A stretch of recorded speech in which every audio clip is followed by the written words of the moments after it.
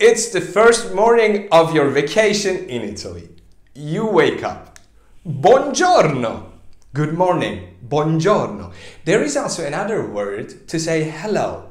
Salve. Salve is a very kind way of saying hello to somebody. So you woke up and you want to have a delicious Italian breakfast. Colazione.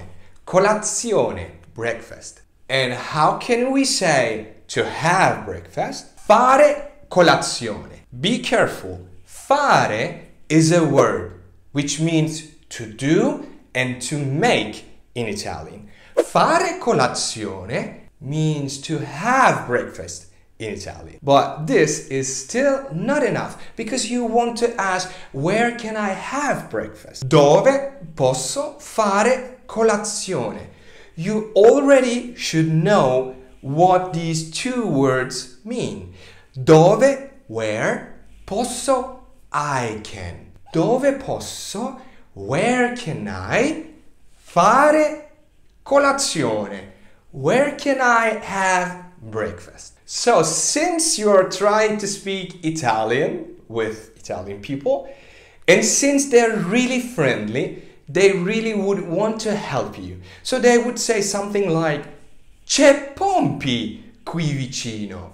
C'è Pompi. Pompi is one of the famous bars in Rome. C'è Pompi. There is Pompi. Qui, here. Vicino, near here. C'è Pompi qui vicino. È un bar molto famoso. È un bar molto famoso. It is a very famous bar. So, what do bars have to do with breakfast? Bars in Italy are more like licensed coffee shops that are open from early in the morning till late in the evening, that often also sell pastries, sandwiches, ice cream, cigarettes, stamps, and even bus tickets. It's the place to go for a typical Italian breakfast of a pastry and espresso, or a snack at any time of the day. After dinner, late in the evening, you might find people there for an amaro, which is a herbal liquor that is commonly consumed as an after-dinner digestive. There is always a bar on the corner of a main street and is the place where people get together to chat or gossip, meet friends, or take a quick espresso standing at the counter.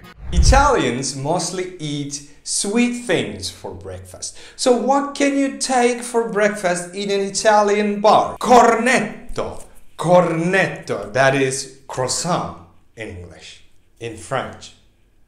It's French. Croissant. Okay, but you know what I mean, right? In an Italian bar, you might find a variety of cornettos, which are cornetto al cioccolato. So that should be chocolate croissant, right? So there is chocolate in the croissant. Cornetto alla marmellata. So croissant with marmalade. Cornetto semplice. Okay, that semplice means simple, right? Cornetto semplice, then it's like a simple croissant, which means it's empty, it's only croissant. Cornetto semplice, which is vuoto. Vuoto means empty. Cornetto vuoto. Ciambella is a ring-shaped simple cake with different flavorings like vanilla, lemon, chocolate, hazelnut, etc. And let's say you want to take a slice of ciambella. You should be saying vorrei, I would like to, vorrei, una fetta, one slice, one piece, una fetta di ciambella. Vorrei una fetta di ciambella. Girella. Girella. Girella is another kind of pastry which has a round shape because girella, girare means to turn. It has layers because it's turning, right? And between those layers it has whipped cream and raisins. I really like girellas. Mi piacciono le girelle. Sfogliatelle, sfogliatelle. They are my favorite. They are puff pastries, originally from Naples. They have almost the same texture of a croissant and have yummy fillings in them, like simple whipped cream or a special custard mixture with candied peels. And what else would you like to have? If you want to try them, you need to try them in Naples. Maybe you're a savory bites person and don't like sweet things for breakfast. Then you can take panino, means sandwich. Actually, pane means bread in Italian. Panino means small bread, okay?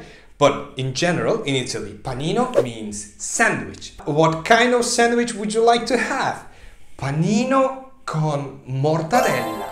Mortadella. Mortadella is a big pork sausage. You can also take panino con bresaola. Bresaola is air-dried salted beef, which is aged for at least 2-3 months until it gets hard and its particular dark red color. This is one of my favorites, by the way. Panino con prosciutto.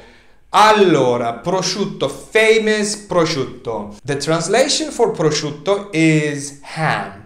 Okay, so it's a kind of a ham made from high quality pork legs. High quality. There is prosciutto crudo, which means raw ham. And you have prosciutto cotto. Cotto means cooked. So enough eating, let's talk about the drinks. Caffè.